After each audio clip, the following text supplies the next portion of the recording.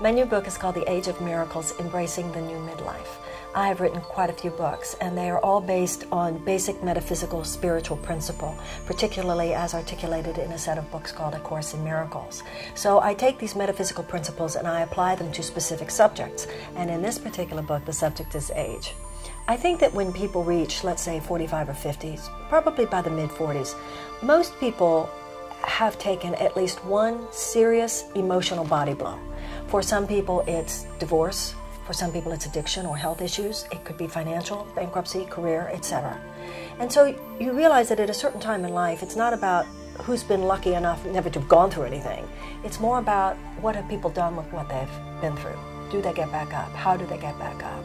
Are they better or worse for what they've been through? The law of divine compensation says that no matter how much material energy is diminished, there's a spiritual energy that can more than compensate for what is lost and diminished in the material plane. One of my favorite stories is about the painter Matisse.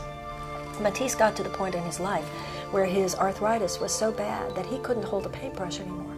And you know, Matisse not being able to hold a paintbrush is like Beethoven not being able to hear. However, what Matisse discovered is that he could hold a child's scissors. And that is the source point for what is now considered one of his most genius periods, the Matisse paper cutouts. So what's fascinating is that even though on the realm of form there was a diminishment, content doesn't diminish. The talent doesn't diminish, the spirit doesn't diminish. Nothing diminishes the spirit. But you have to have a certain attitude to allow that possibility to move through you.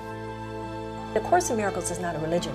It's a psychological mind training based on universal spiritual themes that dismantles a thought system based on fear and allows us to accept instead a thought system based on love. So, you know, the Course doesn't claim to be for everybody. If it's for you, you know it. But for me, it was life-changing. I read an interview with a woman named Lydia Bronte, and Lydia Bronte wrote a book called The Longevity Factor.